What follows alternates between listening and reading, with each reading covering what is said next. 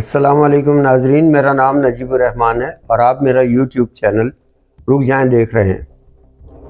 ناظرین، پاکستان میں دو ادارے، مقتدر ادارے جو کہ بہت پریسٹیجیس بھی ہیں اور انتہائی اہم بھی ہیں، ایک فوج اور دوسرا عدلیہ۔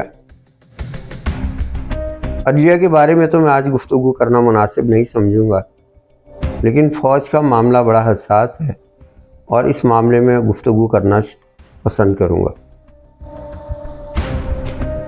فوج کہاں سے آتی؟ میں پاکستانی فوج کی بات کر رہا ہوں۔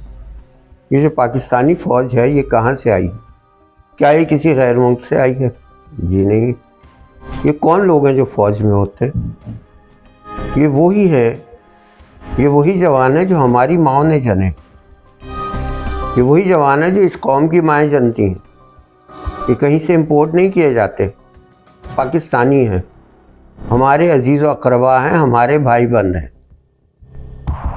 صرف ان میں اور ہم میں ایک فرق ہے کہ ان کے ذمے ایک انتہائی پروقار اور مقدس وردی کی حفاظت ہوتی ہے، اور یہ لوگ اس وردی کو پہننے کے لیے چنے جاتے ہیں اور اس وردی کا حق ادا کرنے کی ان کی تربیت ہوتی ہے۔ یہ لوگ ہمارے اپنے ہیں اور یہ ہم میں سے ہی ہوتے ہیں۔ اتفاق کی بات ہے کہ پچھلے دنوں کچھ معاملات ایسے ہوئے کہ پاکستان کی دشمن قوتوں نے فوج کے بارے میں سوشل میڈیا پر بہت کچھ پروپیگیٹ کیا، اور اس انداز میں گفتگو کی کہ لفظ فوج استعمال کر کے فوج کے خلاف بات کی جاتی رہی۔ بھائی صاحب، فوج کے خلاف کوئی بات کرنا بنتا ہی نہیں ہے، اس لیے کہ فوج ہمارے ملک کی حفاظت کرنے والے اداروں میں سے ایک ادارہ ہے، اور خاص طور پہ سرحدوں کی حفاظت تو ذمہ ہی فوج کا ہے۔ اور کیا فوج میں شہداء نہیں ہیں؟ کچھ زیادہ دور کی بات نہیں ہے، دہشت گردی کے خلاف جنگ میں ہماری فوج کے 3000 سے زیادہ جوان شہید ہوئے، اور فوج مشتمل کن لوگوں پر ہوتی ہے؟ بنیادی طور پہ فوج کی بڑی تعداد تو جوانوں کی ہوتی ہے، تمام لوگ آفیسرز نہیں ہوتے، سب کیپٹن نہیں ہوتے، سب لیفٹیننٹ نہیں ہوتے، سب میجر نہیں ہوتے، سب کرنل نہیں ہوتے، سب لیفٹیننٹ جنرل نہیں ہوتے، میجر جنرل نہیں ہوتے،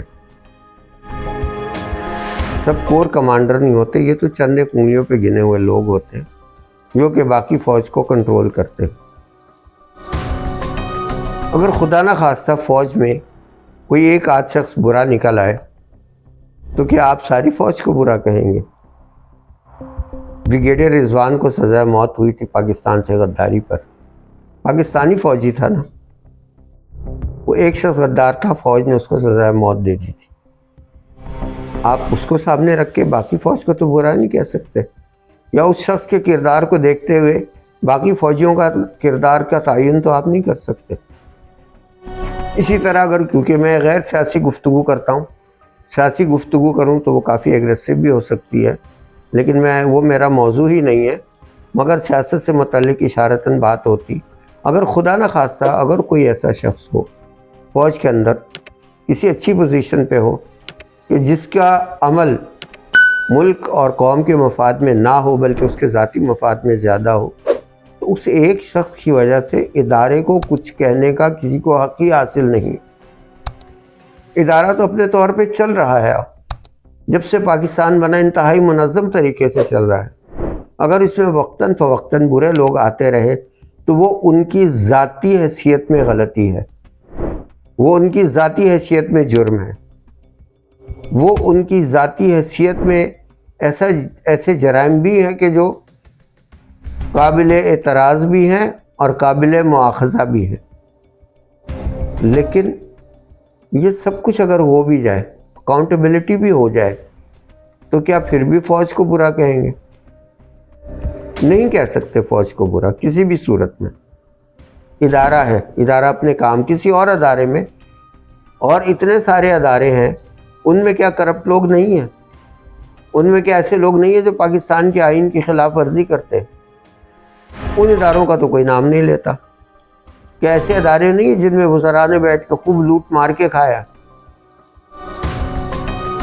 ان اداروں کے بارے میں تو کوئی بات نہیں ہوتی، کیونکہ دشمنوں کا ایجنڈا ہے۔ یہ دو اداروں کے اوپر تو بنیادی طور پہ عدلیہ پر اور فوج پر ملک کی سالمیت کا بڑا انحصار ہوتا ہے۔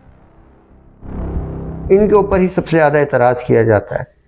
بے شک کہ کچھ اعتراض بجا بھی ہوتے ہیں، درست بھی ہوتے ہیں، لیکن اس بات سے بچنا چاہیے کہ کوئی اعتراض آپ لوگوں پہ ایسے اثر انداز نہ ہو کہ آپ کی اس ادارے کے خلاف نفرت آپ کے دلوں میں پیدا ہو جائے۔ ادارے کے خلاف نہیں، فرد کے خلاف ہو سکتی ہے۔ فرد تو جرم کوئی بھی کرے، وزیر اعظم کرے، چپڑاسی کرے، کوئی وزیر کرے، یا کوئی بہت بڑا افسر کرے، کوئی بیوروکریٹ کرے، یا کوئی فوجی افسر کرے، جرم تو جرم ہے، اور وہ جرم عدالت کے مواخذے میں آنا چاہیے، کسی کا بھی ہو۔ لیکن کیونکہ جو پاکستان کے دشمن ہیں، پاکستان کی سالمیت کے دشمن ہیں، وہ لوگ ان ساری باتوں کو ایسا رنگ دیتے ہیں کہ لوگوں کے دلوں میں ادارے کی نفرت پیدا ہو۔ یہ غلطی سے کبھی نہیں کیجیے گا۔ اگر عوام اور فوج کے درمیان نفرت پیدا ہو جائے، مجھے یاد ہے آصف غفور صاحب کی بات، وہ بڑے پیارے آدمی ہیں کہ وہ جس زمانے میں آئی ایس پی آر کے اسپوکس مین تھے، تو انہوں نے کہا کہ فوج عوام کے بغیر کچھ بھی نہیں ہے۔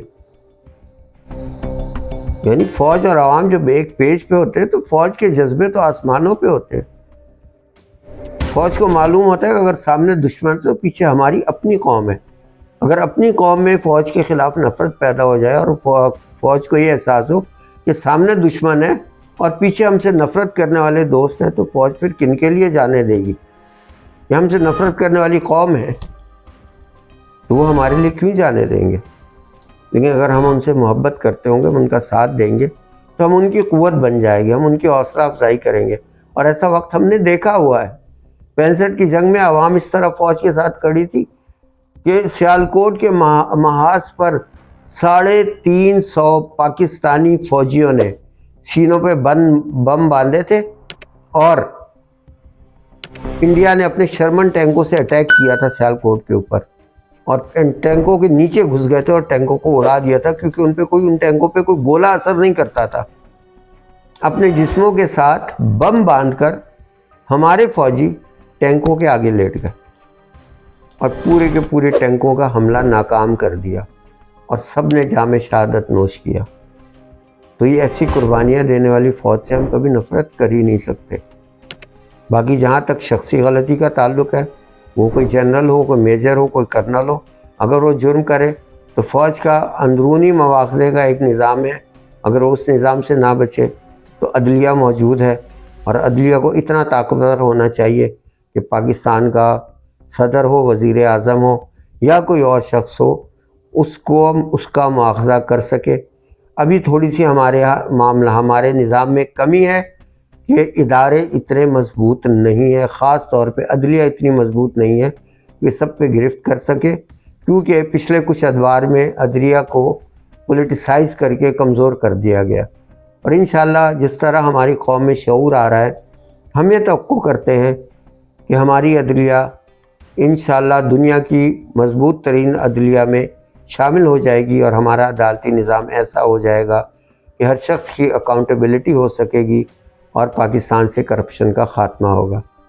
ناظرین، اگر آپ کو میرے خیالات پسند آئے ہیں تو میرا چینل سبسکرائب کریں، لائک کا بٹن دبائیں، اور اس ویڈیو کو جتنا ہو سکے شیئر کریں۔ شکریہ، اللہ حافظ۔